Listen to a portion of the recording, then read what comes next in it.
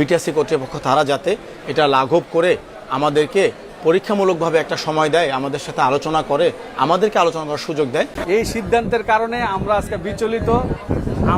আমাদের প্রত্যেকটা ব্যবসায়ের ব্যাংক লোন আছে, ব্যাংক সুদ হার উচ্চ পর্যায়ে, সারা বাংলাদেশে এরকম সুদ হার কখনোই ছিল না। বাংলাদেশের মোবাইল ফোন বাজারে হঠাৎ করেই দেখা দিয়েছে অস্থিরতা।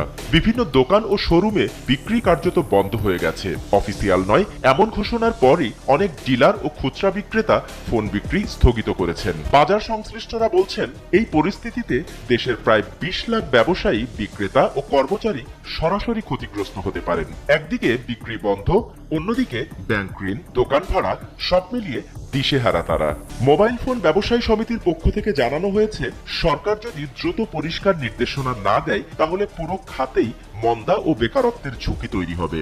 মোবাইল বিজনেস কমিউনিটি বাংলাদেশের সভাপতি মোহাম্মদ আসলাম বলেন, সরকারের ট্যাক্স কাঠামো ক্ষুদ্র ব্যবসায়ীদের পক্ষে টিকে থাকা কঠিন করে তুলেছে। বিটিআরসি জানিয়েছে, সরকারের নির্দেশে 16 ডিসেম্বর থেকে NEIR সিস্টেম চালু করা হবে, যেখানে আনঅফিসিয়াল বা রেজিস্ট্রেশনবিহীন ফোন বন্ধ হয়ে যাবে। তবে ব্যবসায়ীরা বলছেন, বাজেটের আগেই এই সিদ্ধান্ত কার্যকর হলে খাতের বড় ক্ষতি হবে। ব্যবসায়ীদের আশঙ্কা, এই নীতি কার্যকর হলে মাত্র 8 থেকে 10টি বড় কোম্পানি একচেটিয়া ব্যবসার সুযোগ পাবে।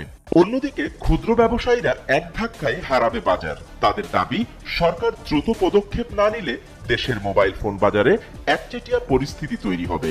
সাধারণ মানুষকে বেশি দামে ফোন কিনতে হবে আর লাখো পরিবার বেকার হয়ে পড়বে।